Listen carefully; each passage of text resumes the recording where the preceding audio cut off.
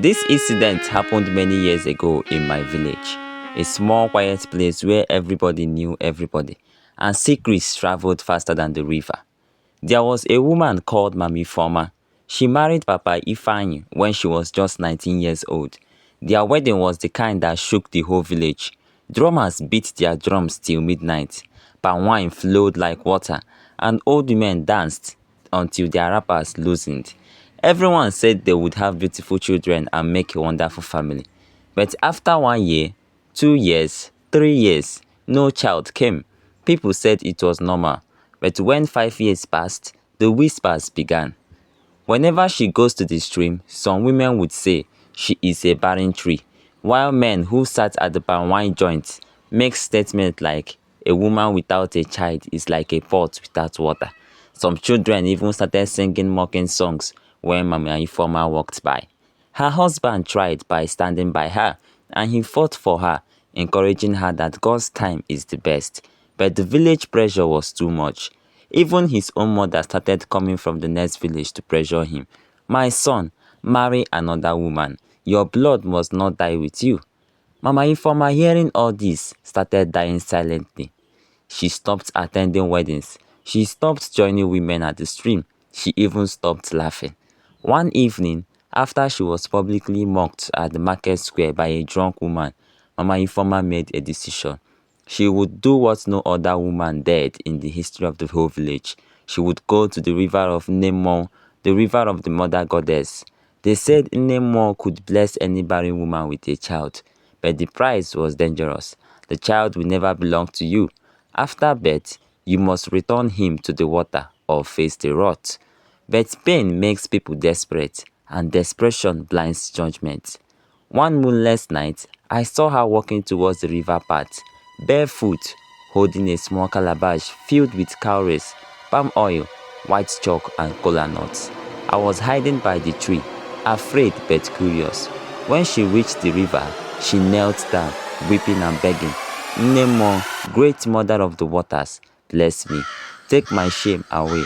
Give me a child, and I will return the child to you after birth. Please, Nemo, I beg you. The wind carried her voice across the river. The water bubbled strangely. A coldness filled the air. I ran away that night because I was too scared to watch more. 3 months later, Mami Foma was pregnant, and the news spread like wildfire. Women who mocked her before started visiting her house with gifts. Old men lifted their wrappers and danced. Our daughter is finally blessed, they shouted. Mami Foma was glowing with joy. Papi Fanyi was proud again. Even the village priest blessed them openly. But deep inside, Mami Foma was battling fear. She remembered the promise. Every night she dreamt of the river. In her dreams, a beautiful woman with snake-like eyes stretched out her hand saying, "Don't forget to bring back what you borrowed." When her time came, Mami Foma gave birth to the most beautiful baby boy anyone had ever seen. His skin was smooth like palm oil. His eyes were like shining marbles. They named him Obinna, meaning father's heart. The naming ceremony was the biggest our village had ever seen.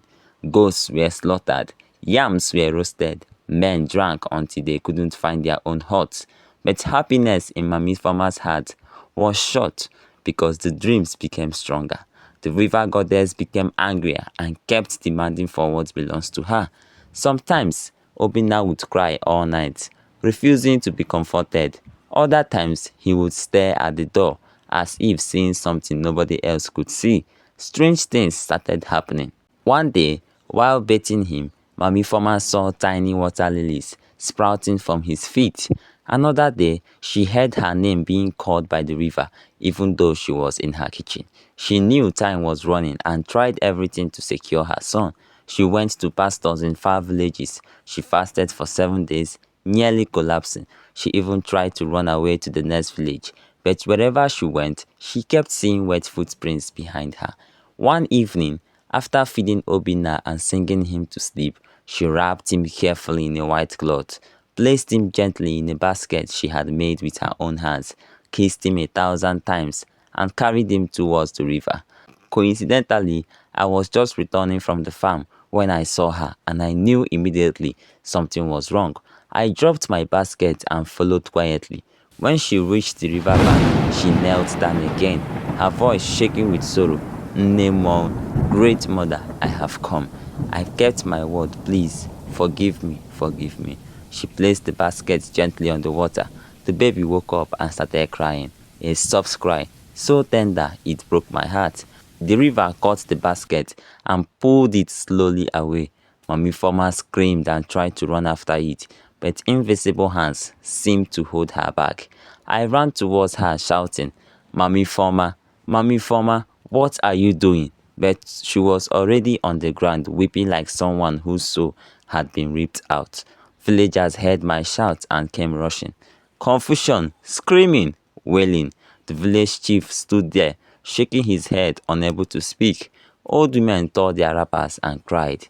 Papi Former arrived, and when he heard the full story, he collapsed in front of everyone. Mami Former confessed everything that night under the great Iroko tree. The elders decided, though it was difficult for them, but that was the punishment written for anyone who dared demand a child from Nemo. She would be exiled from the village for 7 years. Papi Former left the village a few days later, unable to bear the shame. Some said he went mad and was roaming the streets. Others said he started a new life where nobody knew his past. As for Mami Former, she wandered from village to village. Some said she went to live with the river people. Thanks for watching my video. Please do not forget to subscribe to my channel if you haven't, in order to get notified when we upload our subsequent videos. Thank you.